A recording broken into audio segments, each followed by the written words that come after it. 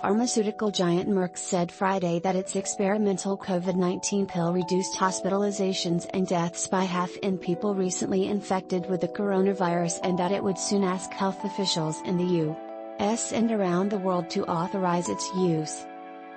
Merck and partner Ridgeback Biotherapeutics said early results showed that patients who received the drug, called molnupiravir, within 5 days of COVID-19 symptoms had about half the rate of hospitalization and death as patients who received a dummy pill. The study tracked 775 adults with mild to moderate COVID-19 who were considered higher risk for severe disease because of underlying health problems such as obesity, diabetes and heart disease. Among patients taking molnupiravir, 7.3% were either hospitalized or died at the end of 30 days, compared with 14.1% of those getting the dummy pill. There were no deaths in the drug group after that time period compared with 8 deaths in the placebo group, according to Merck. The results were released by the company and have not been peer-reviewed. Merck said it plans to present them at a future medical meeting. An independent group of medical experts monitoring the trial recommended stopping it early because the interim results were so strong.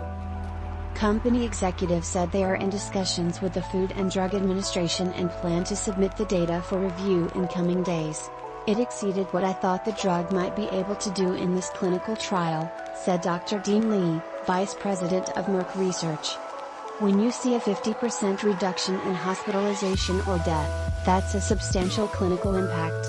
Side effects were reported by both groups in the Merck trial, but they were slightly more common among the group that received a dummy pill. The company did not specify the problems. Earlier study results showed that the drug did not benefit patients who were already hospitalized with severe COVID-19.